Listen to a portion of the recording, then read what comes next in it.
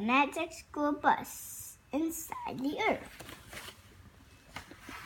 You never know what will happen on a trip with Miss Frizzle. Her new dress was a trip in itself. At first, the old school bus wouldn't start, but finally we were on our way. When we came to the field, all the kids wanted to get out of the bus, but suddenly the bus began to spin like a top. That sort of thing doesn't happen on most class trips. When the spinning finally stopped, something had changed. We all had on new clothes. The bus had turned into a steam shovel, and there were shovels and picks for every kid in the class. Start digging, young Miss Frizzle. And we began making a huge hole right in the middle of the field.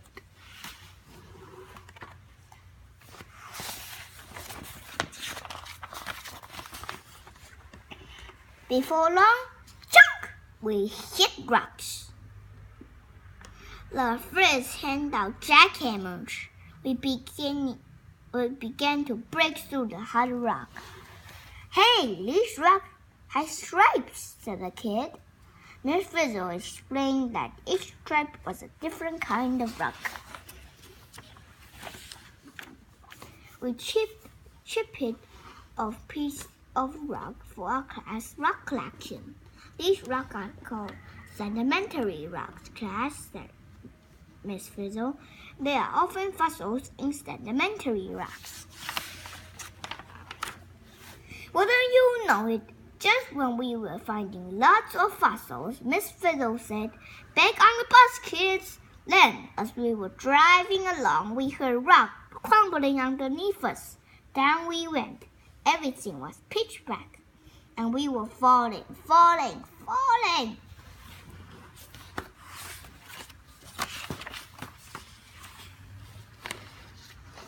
We landed with a bump. Miss Frizzle switched off on the headlights. We had fallen through a hole into a huge limestone cave. Rainwater has been dripping down through the earth for ages, said Miss Frizzle. The water wore away this cave in the rock. We wanted to stay for a while, but suddenly the bus sprouted out a drill. It started boring through the rock. Fizzy shouted, "Follow that bus!" And down we went. The farther down we went, the hotter it got. The rocks were harder too. These are rocks that would change from one kind to another kind by heat and pressure, explained the Frizz. Rocks that would change are called metamorphic rocks. We went down even farther to the center of the earth. We hit rocks that would form billions of years ago from a pool of melted rock. Under the Earth's surface, rock like this is called igneous rock. She stepped on the gas, and the bus started really drilling. Soon we were actually inside the Earth. It was hot, and it got hotter and hotter as we zoomed toward the center. We were glad when Miss Frizzle headed out again. We reached the Earth's crust and drove straight up through a tunnel of black rock. It was great to see the sky. Then we looked around. We have come out on an island in the middle of the ocean. "Isn't this wonderful, class?" said Fizzy. "We have driven right up on a volcanic island. It doesn't look like much, but Miss Frizzle was right. The whole island was one big volcano." We were nervous, but Miss Frizzle made us collect some rocks. She said they had all hundreds from melted rock that had come out of the volcano. Then suddenly we heard rumbling from below. We scrambled into the bus.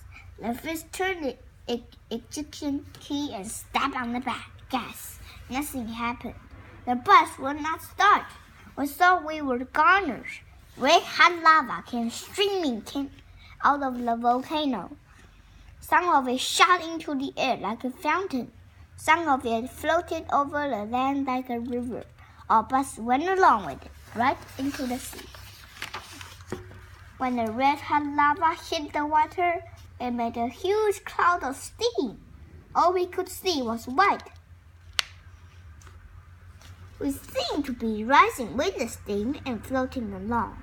No one knows how long we floated in the cloud. But when it finally cleared, we were back in the school parking lot. It had been a weird trip, but we did get a great rock collection for our classroom.